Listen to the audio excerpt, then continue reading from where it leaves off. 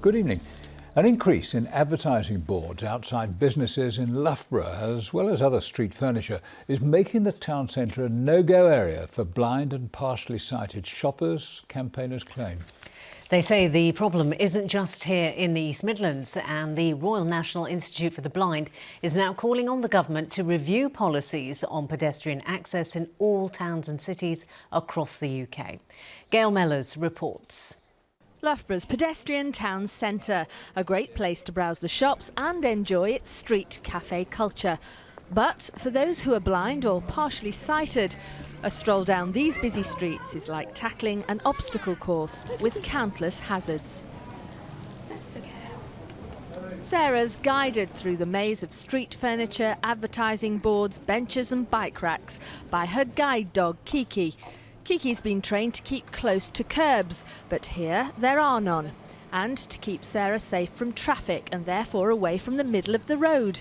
But here it's the only space available for her to pass in safety.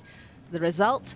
A difficult and even dangerous visit to the shops. People need to know that having this shared space and all these A-frames and tables and chairs, they need to be aware that where they're putting them is not very good for people that got sight loss. And we're going to walk into them and we can't go from A to B like everybody else because of where they've been positioned in the street. Sarah's experiences are shared by many in countless towns and cities across the UK. The problems become so great, the Royal National Institute for the Blind's now calling for a government review.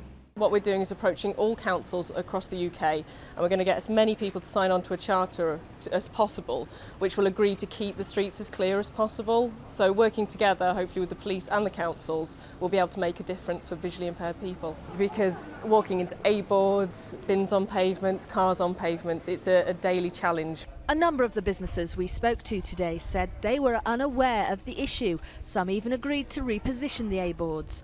But campaigners believe Leicestershire County Council should introduce tighter controls. The council has spent a lot of money in widening the pavements for pedestrian use, and only to be half filled with A-boards. You know, they're just taking advantage.